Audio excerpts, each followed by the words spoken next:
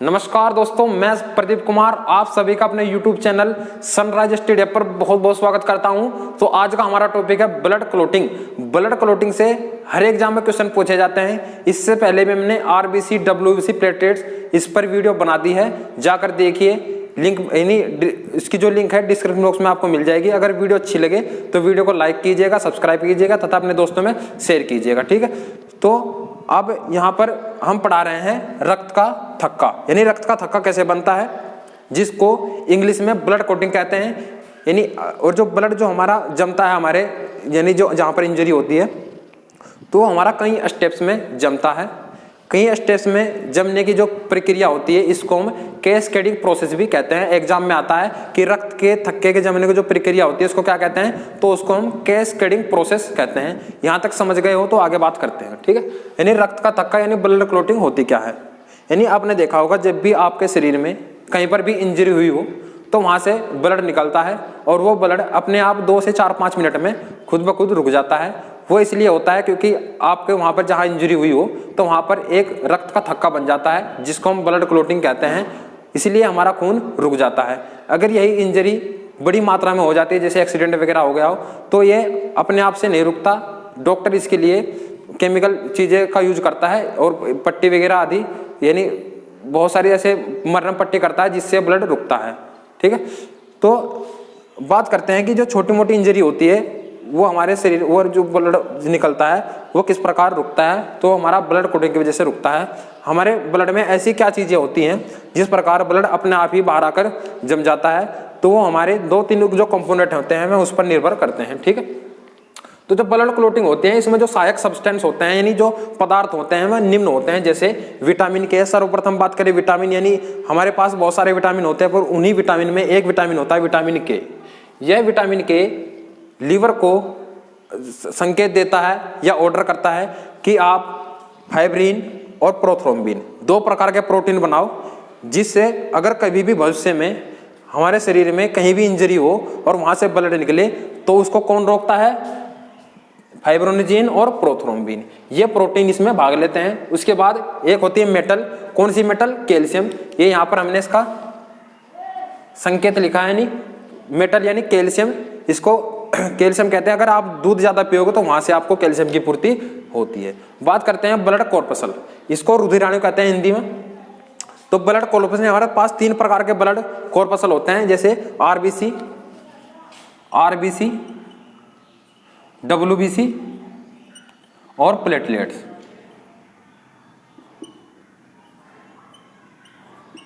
हमारे पास 3 प्रकार के ब्लड कॉर्पसल होते हैं, जैसे आरबीसी, डब्ल्यूबीसी और प्लेटलेट्स।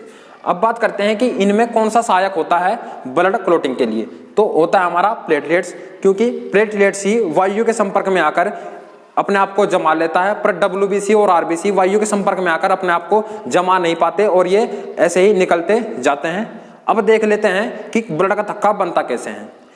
तो सर्वप्रथम बात आते हैं इनके कणों के आकार पर, क्योंकि क्वेश्चन यहाँ से भी पूछा जाता है कि जो हमारे ब्लड कॉर्पसल होते हैं उनका आकार, यानी सबसे बड़ा आकार किसका होता है, सबसे छोटा किसका होता है, सबसे कम किसका होता है, और इनकी संख्या भी पूछी जाती है। इससे पहले वाली वीडियो में हमने इनके बारे में बहुत डिटेल से पढ़ा है।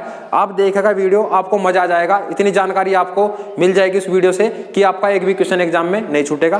तो बात करते हैं डब्ल्यूबीसी, आरबीसी और प्लेटलेट्स के बारे में, यानी इनका आकार और इनकी संख्या के बारे में देख लेते हैं, ठीक है। तो हमारे पास यहाँ पर सर्वप्रथम बात करते हैं डब्ल्यूबीसी, उसके बाद होती है हमारी प्लेटलेट्स,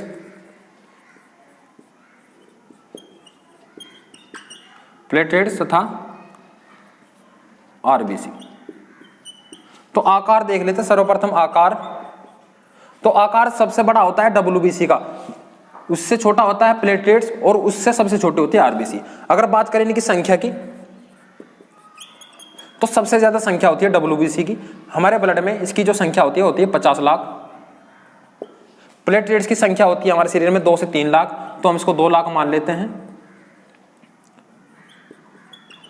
और सॉरी प्लेटलेट्स 2 लाख, डब्ल्यूबीसी बहुत कम होती है, लगभग 8000। आरबीसी सबसे सर्वाधिक होती है, वो होती है हमारे शरीर में 50 लाख, जो हमारे ब्लड में कितनी होती है, 50 लाख। तो हमारे ब्लड में आरबीसी की संख्या 50 लाख होती है। ये शरीर का लगभग 44% हिस्सा घेर कर रखती है। उसके बाद प्लेटलेट्स और हमारी डब्ल्यूबीसी, ये दोनों ब्लड का 1% हिस्सा घेर कर रखती है। कितना रखती है? 1% हिस्सा घेरती है, जबकि ये 44% हिस्सा घेरती है। और 55% में रहता है हमारा प्लाज्मा।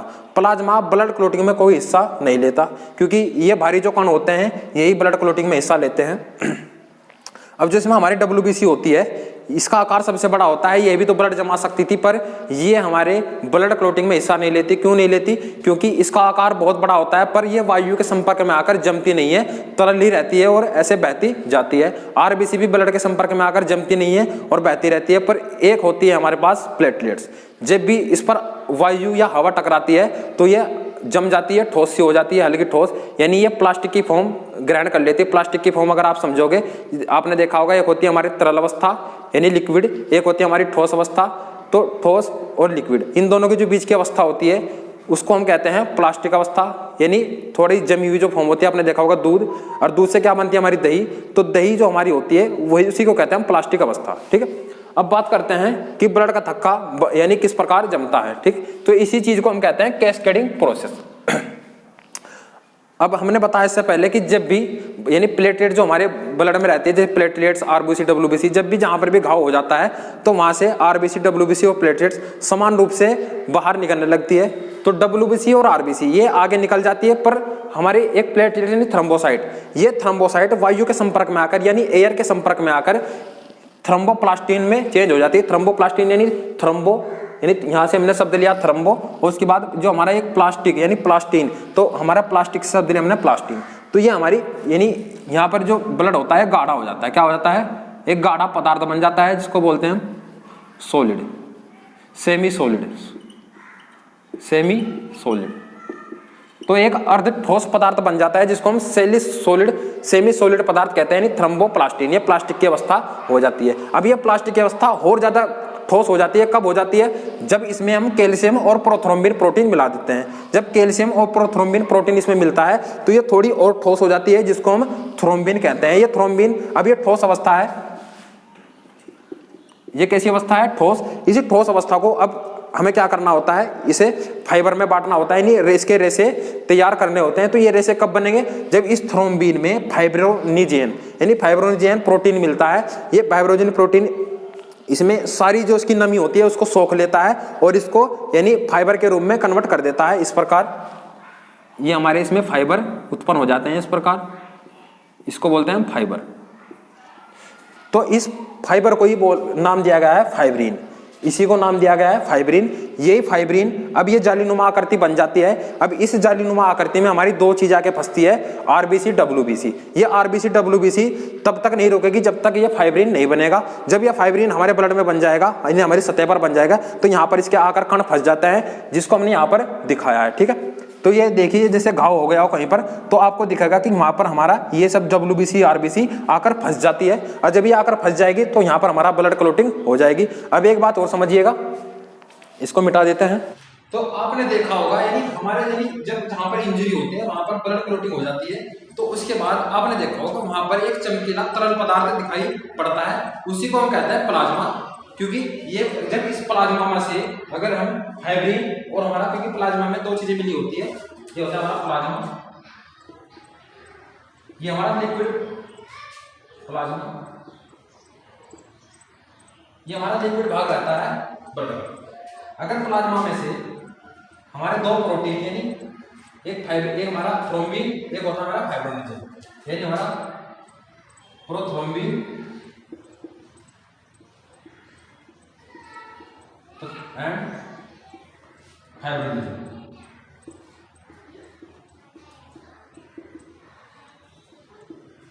अगर ये दो प्रोटीन इसमें से निकल जाते हैं तो इसे बोलते हैं सीरम।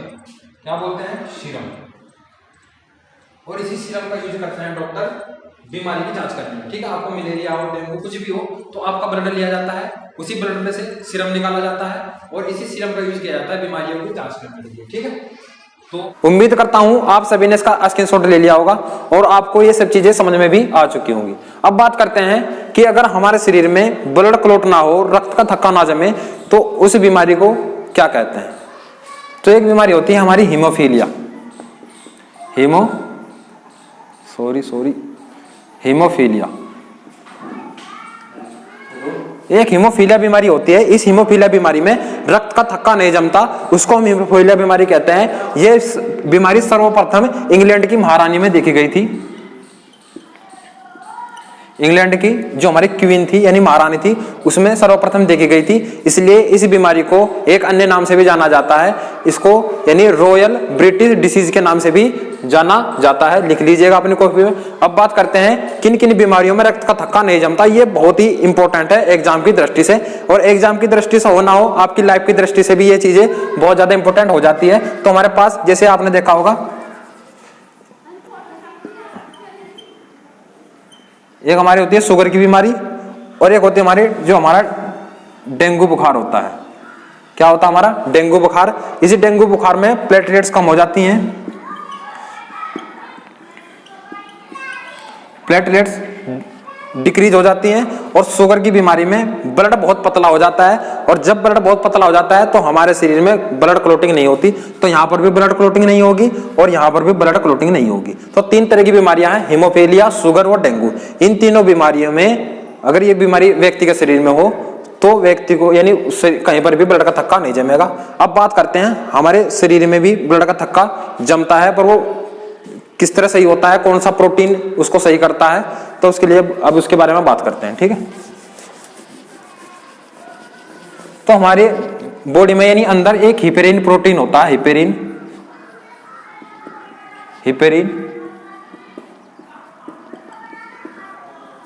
प्रोटीन होता है, ये भी एक प्रकार का प्रोटीन होता है। यह प्रोटीन हमारा लीवर में बनता है। कहां पर बनता है? लीवर। यह प्रोटीन लीवर में बनता है। अब ये प्रोटीन जब लीवर में बनता है तो ये क्या काम करता है हमारे शरीर में, यानी आपने देखा होगा हमारे ब्लड में, यानी हमारा जो ब्लड होता है वो एक कहीं कहीं पर कभी कभी गाढ़ा हो जाता है, जिसकी वजह से हमें हार्ट अटैक की बीमारी होती है, यानी हमारी नसों में खून जम जाता है। आपने एक चीज देखी होगी, जो जितने भी जो डॉक्टर होते हैं वो इंजेक्शन, जब भी किसी को इंजेक्शन लगाना होता है तो वो इंजेक्शन में जो भरी हवा होती है उसको बाहर निकाल देते हैं, क्योंकि अगर हमारे शरीर में किसी भी तरीके से हवा पहुंच गई, क्योंकि उस हवा में बहुत सारी गैसें मिली होती है, तो वो क्या काम करती है हमारे यानी हमारा जो शरीर होता है, नसें होती है, तो इनमें वायु के बुलबुले उत्पन्न हो जाते हैं। क्या हो जाते हैं? वायु के बुलबुले। और ये बुलबुले किसी भी कीमत पे ये फूटते नहीं है, और ये हमारे यानी इसमें दबाव डालना शुरू कर देते हैं नसों में, जिस प्रकार ये खून यानी जो खून का यानी ब्लड का जो हमारा परिसंचरण होता है, ब्लड की रफ्तार होती है, उसको कम कर देते हैं, और इससे हमारी नसों को नसें फटने का खतरा रहता है, और जिसे हम हेमरेज कहते हैं। क्या कहते हैं? हेमरेज। यानी नसों का जो फटना होता है उसको हेमरेज कहते हैं। वो नसें कब फटती है? जब हमारे शरीर में सही से ब्लड प्रवाहित नहीं होता, सर्कुलेट नहीं होता। सर्कुलेट क्यों नहीं होता? क्योंकि हमारे शरीर में जब हवा चले जाती है तो उसके बबल्स बन जाते हैं, और इन्हीं बबल्स को सही करता है हिपेरिन प्रोटीन।